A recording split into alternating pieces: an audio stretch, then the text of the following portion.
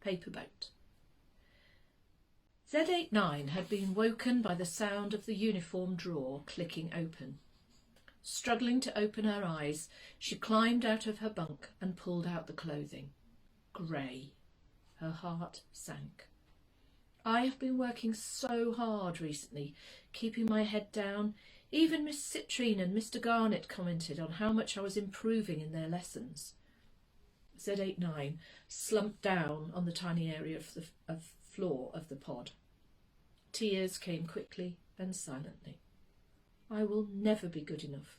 No one cares about me, about any of us here. The morning chant of "We are loved" sounded over and over in her head. What is love? She thought. What does it mean to belong? Later, as she sat with her cohort of 10 students in the nourishment sector, she looked at the 5 boys and 4 girls. They were all Marcon, but that was the only link. All born on the same day, March the 1st, 2000. All educated the same, all shown the same care and attention, and yet there was something more that Z89 felt singled each one out. Each one of them had an identity that couldn't be taken away from them. Something innate, something that showed they were special. Z89 Marcon, go to the door of the central hub. The voice came over the speakers. The others all looked at her, shocked. It was very rare that anyone went there. That was the place of legends. People told you it was heaven compared to this hell, an oasis in a desert. But there were scorpions there that could poison your mind and body, even worse than the correction sector. Walking along the corridor, she felt nervous. Her palms were damp with sweat, her heart quickening. Why was she being summoned? Z89 stopped in front of a huge white door which slid open with a gentle swooshing sound, and she stepped into an area that reminded her of a cathedral, having visited one in the enrichment sector. The walls around her were constructed from white marble and rose high to the sky above, natural light shining down. A tinkling sound to her right made her look across to a waterfall that cascaded down a glass wall into a trough full of lush green plants. A scrawny, grey-haired woman, an administrator dressed in a beige suit, gestured for her to follow her. They stopped outside an oak door, a symmetrical pattern of squares and circles carved into the wood. The woman knocked, and a syrupy voice came dripping through the door. "You may enter," and the door was opened. "Ah, Z89, a pleasure to see you, my child." The sweet smell of roses and lilies invaded her senses as Z89 entered, the brightness making her blink repeatedly. She stretched her eyes wider and then allowed them to look in the direction of the beautiful aroma. A huge floral arrangement stood majestically on a side table. Towering shelves, engorged with books of every size and colour, filled the walls. Pens and pencils sat upright in colourful pots, and piles of neatly stacked paper lay on another side table. The main desk was a solid oak table with a laptop, phone and a wooden box, and nothing else. As Z89 stood there, she was suddenly aware of a statuesque golden timepiece that was enclosed in a tower of dark wood. The clock face seemed to peer down at her from its lofty height. "Good morning, Miss Dorling." Z89 was polite and outwardly calm, but inside butterflies fluttered against her heart, boats tossed on the stormy sea of her stomach. "I detest mess and bad organisation, don't you?" The woman in purple, sitting behind the desk, stared at the girl in front of her. "Yes, Miss Dorling." Suddenly the purple figure stood and swept across to the huge vase of flowers. She lifted a fallen petal, tutted, and threw it into a wooden bin at the side of her desk. She turned like a cobra, seeking its prey. "I also hate insubordination. This, for example." She lifted the lid of the box that sat squarely on her desk. She held out a tiny paper boat. Z89 gasped. How did she find that? We have been doing pod inspections. But that's my private space. Nothing here is private, child. The syrup oozed once again from her tongue. Without warning, the cobra struck. She put both hands into the box and lifted out a whole ocean of paper boats, all covered in tiny writing, and threw them at the girl before her. They fell around her like dead butterflies. One seemed to perch on her shoulder before upending and sinking to the ground. What is the meaning of this? Miss Dorling spat the words into the young girl's face. Spittle ran down a pale cheek and mingled with tears. Expect a very severe punishment this time, Z89 Marcon. The woman sneered as she returned to her chair. Z89 stood, her head bowed. In one hand she held one small boat she had caught and saved from the storm created by the woman before her. Silently she folded her fingers over it and held it tight. Miss Dorling bent over papers on her desk and didn't look up as she said, "You will give us feedback about this experience to help with our research." Then she raised her head, stared straight into the girl's eyes and added maliciously, "That is, of course, if you survive." They set off early the next morning. A pink haze framed the distant horizon. They couldn't agree between themselves of where to start first. Erin suggested they visit the place where she had first seen Miranda. Perhaps the school is part of the building. We can't say for sure that Miranda was in one of those black cars. Mal and Cara looked at her. Mal said, "I'd never thought of that. What do you think, Cara?" Erin was irritated that Mal seemed to always be asking Cara for her opinion. Now the young woman said, "I don't know. Dad and I are pretty sure there's something suspicious about the farm. I think that's where we should go this morning." Mal agreed, and the decision had been made, much to Erin's annoyance.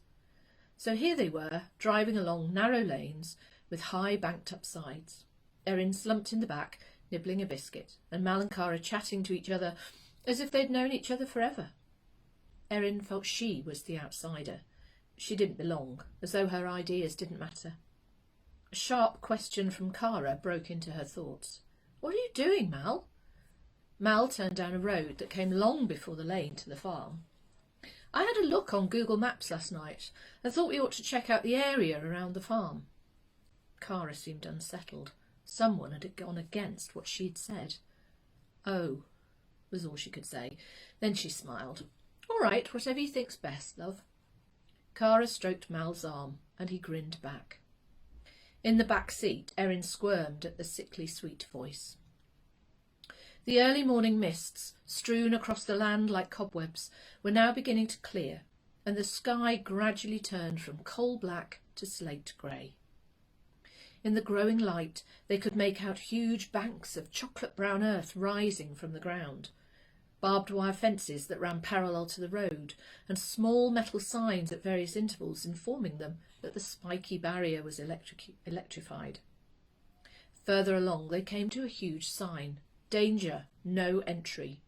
This land belongs to MOD. Keep out."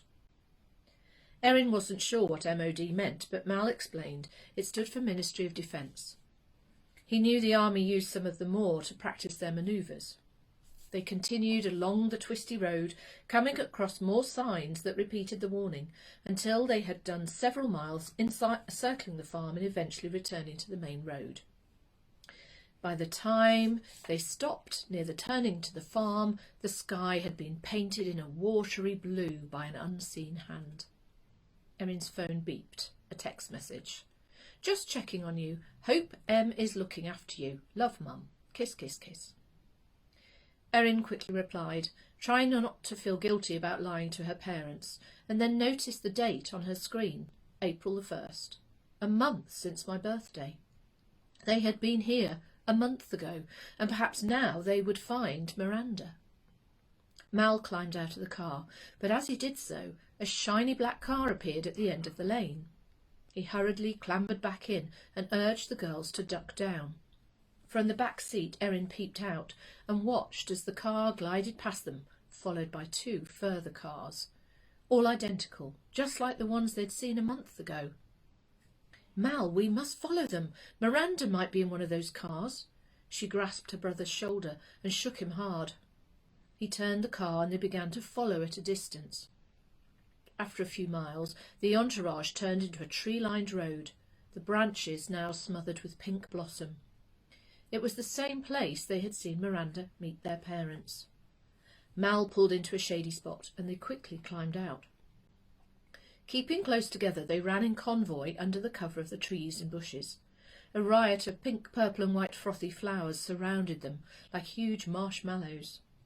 They stopped at the edge of the wood and watched in amazement as 3 adults, one dressed in green, one in yellow and another in orange, alighted from the front passenger door of each of the cars. From the rear doors came 10 young people, 5 boys, 5 girls, all dressed in colourful outfits that looked a bit dated to Erin. She strained to see if Miranda was with them, but she wasn't there. The adults led the young people through the open doors. 2 men stood either side of the entrance, their stance aggressive and sinister. Their dark glasses caught the sun, and it danced on the handle of revolvers protruding from their belts. The cars rolled on round out of sight behind the building. "When I saw Miranda, there were 10 kids with their parents." Erin started to describe what she had seen previously, but Cara hushed her, much to Erin's annoyance. Mal grabbed her shoulder and pulled her down. "What the—" she threw back at them. "Look!" Cara pointed towards another car pulling into the car park, and then another and another. Out of each stepped 2 adults, a man and a woman, and after walking off they could be seen to be welcomed into the building. Erin quickly counted the cars. 10 cars. They waited, but no one else arrived. There was a silence that evaded their space and their thoughts, like enemy soldiers infiltrating the trenches of their mind. Without speaking, the 3 of them stumbled back to the car. "What does it all mean?" Mal asked, speaking to no one in particular. Cara spoke. "I've watched this happen before. It was the 1st of February. I remember the date clearly because it would have been little Georgie's birthday." "Today is 1st of April, Erin added, "and my birthday is the 1st of March. This can't be a coincidence. We must find out what this is all to do with Miranda and what's happening here in Cornwall." What they had witnessed made her more determined than ever to find out the truth. It was getting close to noon when they arrived back at the farm. They could hear a tractor ploughing up and down a distant field. Blackbirds were singing in the trees, and sheep were bleating beyond a high hedge. A calm, rural scene. Nothing strange. Erin scrambled out of the little car and stretched her legs. She ran across to a high bank of ground, struggled to the top ridge and then turned towards the horizon. Far beyond in the distance, a blue ribbon of sea could be seen between the headland and the cliffs. It beckoned her, and memories of family holidays there in the little bay flooded her head. They had only been a few miles from Miranda, and she had never known of her existence. Perhaps that was why her mum and dad kept on returning to this area. From this vantage point, Erin realised, turning, that she could see into the farmyard quite clearly. She shaded her eyes as she saw yet another black car parked outside the house. Hurriedly, she ran back to the others. "There's another car," she said breathlessly. Cara and Mal were sitting close together, their heads touching, Cara whispering into Mal's ear. Erin shoved her brother and he started. "Get off, Erin! Stop being such a pain!" He was obviously annoyed with her for invading their privacy. "Mal, please," she entreated him. "I need you to help me." Erin looked so distraught, Mal stood and went to her. He sighed. "What have you seen?" "A car outside the house, but this is different. I think it's a hearse. I think someone's dead." Clouds seemed to lift from his eyes, and he ran to the top of the bank. Erin trailed after him. "I think you're right, sis." "What if it's Miranda?" She grabbed his arm tightly and looked into his eyes. "I'm sure she's fine." He began to say something more, but Erin squeezed his arm and pointed. They stood, and watched as 2 funeral directors, each wearing tailcoats and top hats, came out of the house and climbed into the hearse. They made their way down the road and out onto the lane, passing Cara and the little Fiat. "I know that funeral directors. They're based in Castleton," Cara said as they came back down towards her. "I recognise the woman. She was there when George and Mum passed away. She was lovely and kind towards me." "It's a way in," Erin announced. "What?" Mal replied. "We can't go pretending to be funeral directors." He laughed, and Cara joined in. "No, one of us can go in the empty coffin. Then we can be taken in and wait until it's quiet and jump out and go surprise." "Oh, for God's sake, Erin, this isn't time for a circus trick." Cara poured scorn onto Erin's enthusiasm. "Hold on, Cara, I think she's got something. Also, if you know that lady, she might be able to help us. We'll have to decide who can go in. I don't really fancy being put inside a coffin and having it nailed down." "It has to be me," Erin said, determined to be the one in the wooden box. "I want to find Miranda more than anyone." "So what are you going to do when you get in there?" scoffed Cara. "You're going to need some help in that place." She looked at Erin with hooded eyes. "You're planning to get her out, aren't you? You must be mad." "I just want to speak to her. I want her to know I'm her twin. If she's not happy here, then we can try and get her out. She can come and live with us and go to school with me." "I think, darling, you're living in cloud cuckoo land." Cara climbed back in the car and went to slam the door to end the conversation. However, Erin stood in her way. "What about George? What's he got to do with all this?" Erin thrust her face into Cara's. "Is he in there too? Does he have a twin?" She grabbed the older girl's collar and, using her karate strength and skills, pulled her out of the car. She pushed Cara against the Fiat and held her arms down forcibly. "You said you would help us." Cara kicked wildly and pulled away from the smaller girl's grasp, but Erin was too quick for her. She blocked the kicks with her arms and then punched Cara squarely in the stomach, who immediately doubled up and fell to her knees, coughing, winded. "That's enough, you two." Mal went to Cara and held her. "Fighting isn't going to help Miranda, is it?" Erin stepped away from them, panting heavily. Tears were pricking at her eyes, and she brushed them angrily away. Suddenly she felt all the fight flow out of her, and she slumped against the car. "We need to think this through properly and plan. Otherwise we could put you and Miranda in danger," Mal said, urging them into the car and then driving in silence back to the campsite. After arriving back, Mal and Cara prepared some food, hot dogs, while Erin threw herself onto her sleeping bag and began scrolling through her phone. She finally emerged when Mal stuck his head into her sleeping area and told her to grow up, to get out here now, and to eat. Erin decided to pretend everything was okay and mumbled an apology, but inside she didn't like how Cara was treating her. They decided they didn't have many options open to them. Erin wanted to go and knock on the door of the farm or the hotel and try and talk their way in, but Mal reminded her of the guards with guns. Then she suggested again her idea of hiding in a coffin, but the others weren't so sure. "Anyway, there can't be that many deaths in a school, surely," Mal added when they were discussing it. "Don't you think it odd that another coffin is suddenly delivered?" Over a mug of coffee, Cara finally told them about her little brother. Mal and Erin sat and listened. She explained that when her mother died, her father discovered various documents, one of which was a contract pertaining to the sale of one male baby, and a copy of a birth certificate for Frankie Mallory, born 1st of February 2000 at 4:02. He didn't tell Cara about this at the time. They were both grieving in their own way, but when she was 14, he sat her down and told her everything. According to Cara, her father had known there was a twin. He watched them both being born, but in the hospital the baby became very ill and the nurses had taken the baby off to a special incubator. Her father described carrying the tiny coffin into a church full of people crying. He and Cara's mother agreed to not tell their daughter about the baby, as they didn't want to upset her. They brought up George as their only son. Her father told her that just after George was born, an aunt of her mother's left her a considerable amount of money. This is what she had told him. The amount written in the contract of the sale of a baby boy was the same amount as the aunt's legacy. Erin couldn't believe what she was telling them. Cara's mother sold her baby, just like her own parents had done. What is wrong with these people, she thought to herself.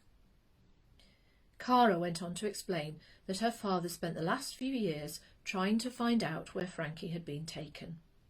He believed so strongly Frankie was in this underground school that he and Cara moved to Castleton to be closer.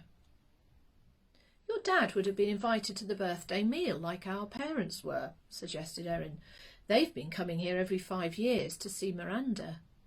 No, he's never seen his son, and I've not seen my brother, Cara replied wistfully. Erin suddenly felt overwhelmed with guilt. She rushed over to Cara and hugged her. I'm so sorry for everything. Cara was stiff in the embrace, but then seemed to relax. Erin carried on. But this makes me even more determined to find Miranda, and now Frankie. Another memory sidled up to her. Oh no, Petra. She has a sister there too. We're not going to be able to get them all out, Erin. Mal was adamant. I don't think we can even get in there. But we have to try. Please, we must try something. Erin pleaded with her brother. All right, said Cara. I have another idea.